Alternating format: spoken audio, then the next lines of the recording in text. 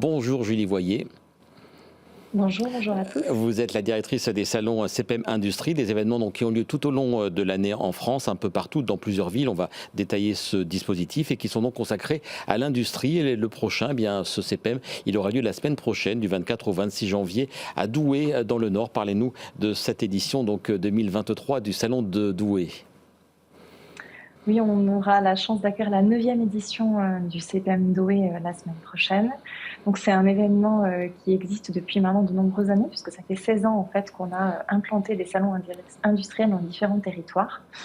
Et ce sera la plus belle manifestation, puisque c'est la plus grosse mobilisation qu'on a en France d'industrie dans le cadre des salons régionaux qu'on organise. Donc ces salons, on envoie la carte, on vient de la voir il y a quelques instants, la carte de France. Donc sur 2 ans, en fait, il y a 7 villes qui sont en alternance.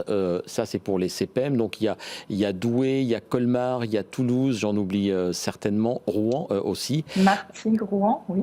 Voilà, et puis donc il y a c'est souvent vers le printemps, il y a ce qu'on appelle le salon plus global qui est Global Industrie. Une année sur 2, c'était à Villepinte et cette année donc ce sera au mois de mars et c'est à Lyon, hein, c'est bien cela. Exactement, on organise une grande manifestation nationale qui est vraiment l'excellence et la vitrine industrielle française, qui représente tous ses savoir-faire et elle aura lieu du 7 au 10 mars à Lyon à l'Eurexpo. Et bien évidemment, BFM Business sera présent pour cet événement, comme nous l'étions lors des précédentes éditions. Je reviens donc à ce salon qui a lieu la semaine prochaine à Douai, donc du 24 au 26 janvier. Combien d'exposants sont déjà inscrits et combien de visiteurs y attendez-vous ? Alors, on a la chance d'avoir une édition qui est complète déjà depuis un certain temps maintenant et on a fait des listes d'attente. Donc, c'était très encourageant pour nous avec les différents mois qu'on a vécu chahutés avec la crise du Covid. On attend pas moins de 680 exposants qui seront présents. Donc, à peu près 40% seront des acteurs régionaux et territoriaux. Et bien évidemment, au niveau du visitorat, on essaye aussi d'équilibrer puisqu'on est sur des événements de proximité qui attirent des visiteurs régionaux, généralement qui sont à peu près à 2 heures. Donc on est vraiment sur un événement qui est aux portes des usines et on n'aura pas moins de 6 000 visiteurs qu'on attend. Tous nos indicateurs sont à la hausse et donc c'est plutôt très rassurant.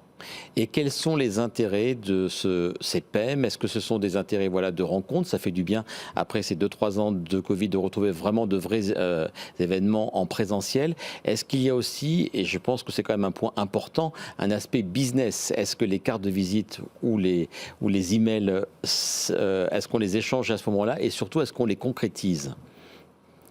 Alors en fait, les CPEM, ils ont pour vocation de répondre, j'allais dire, à 4 enjeux majeurs.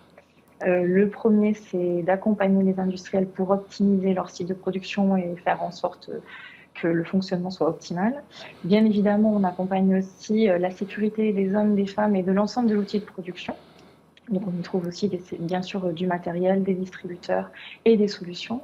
Et puis aussi, on répond aux 2 grandes transitions qu'on porte aujourd'hui dans l'industrie, à la fois la transition numérique, à la fois également la transition énergétique et environnementale.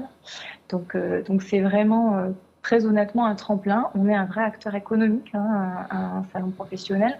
On est là pour fédérer, on est là pour accompagner, on est là pour informer et on est là aussi pour montrer l'innovation et les dernières tendances qui se font sur le marché pour que les actions et les partenariats en proximité se consolident.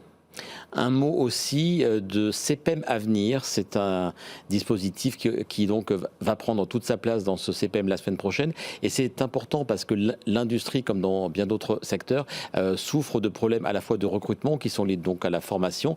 Qu'est-ce que vous allez faire ? Quelles sont les animations, les initiatives que vous allez prendre lors de ce salon de Douai en faveur de la formation et du recrutement ? C'est un enjeu majeur, pour être honnête avec vous, l'attractivité des métiers, redorer l'image de l'industrie, donner envie à des jeunes hommes, mais aussi à des jeunes femmes. Il y a un sujet aussi très important sur la mixité et la féminisation de l'industrie.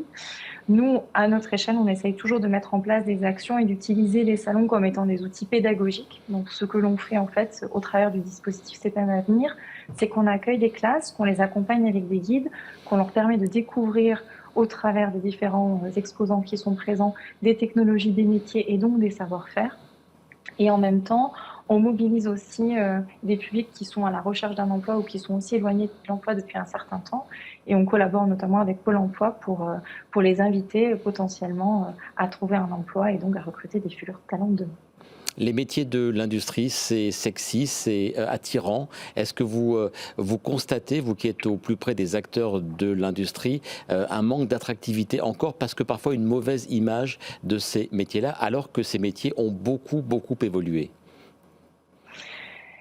C'est évident que les métiers ont énormément évolué et les sujets de pénibilité aujourd'hui dans une usine ou de propreté, on a encore malheureusement de vieux reliquats du passé.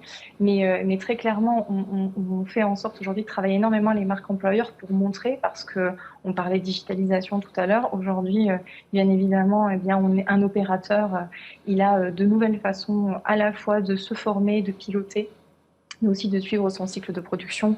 Et beaucoup de choses aujourd'hui sont liées à la digitalisation et à du numérique. On a aussi beaucoup d'équipements qui évoluent, notamment l'intégration des robots et des cobots qui facilitent en fait à chaque fois les ergonomies et les postes de travail. Donc en fait, cette notion de pénibilité, elle est loin elle est loin derrière nous, mais elle a encore malheureusement un petit peu l'image tenace. Et aujourd'hui, il y a plein de carrières, il y a de très belles opportunités dans l'industrie, on est très bien payé aussi dans l'industrie. Et puis il y a plein de créateurs d'entreprises, il y a plein de startups industrielles aujourd'hui en France qui se montent. Donc on encourage encore les futurs talents à venir, bien évidemment, s'orienter vers ces voies-là et vers ces métiers. Un mot enfin de l'état d'esprit des industriels en ce début d'année 2023 qui est très paradoxal. On a encore évidemment toutes les problématiques liées au coût faramineux de l'énergie, donc au coût de production, et des signaux qui vont plutôt dans le vert. On a appris cette semaine que le cap du million d'entreprises créées en France avait à nouveau été franchi en 2022. Christine Lagarde à Davos parle d'une année 2023 sans doute meilleure que prévue. Vous qui, encore une fois, êtes en train de monter ce salon de Douai, donc vous échangez beaucoup avec les industriels. Quel est leur état d'esprit en ce début d'année? Je dirais que de toute façon, déjà, le simple fait de savoir qu'on aura quasiment 170 innovations de présenter, de nouveautés produits qui seront présentés sur le salon, c'est un signal fort.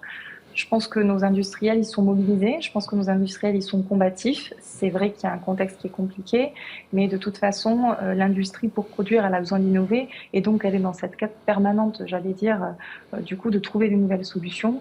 Donc, je pense que malgré tout ce qu'on peut connaître aujourd'hui, les signaux sont plutôt au vert et les indicateurs par rapport à l'événement qu'on organise sont également très positifs. Donc je dirais que la confiance est au rendez-vous et c'est cette confiance que l'on essaiera de voir encore une fois au plus près des acteurs, puisque l'émission La France a tout pour réussir sera délocalisée la semaine prochaine. Donc à vos côtés, Julie Voyer, directrice des CPEM Industrie, nous serons à vos côtés pour une émission spéciale à Douai, donc pour ce CPEM. Merci d'avoir été en tout cas en teasing de cet événement. BFM Business, la France a tout pour réussir.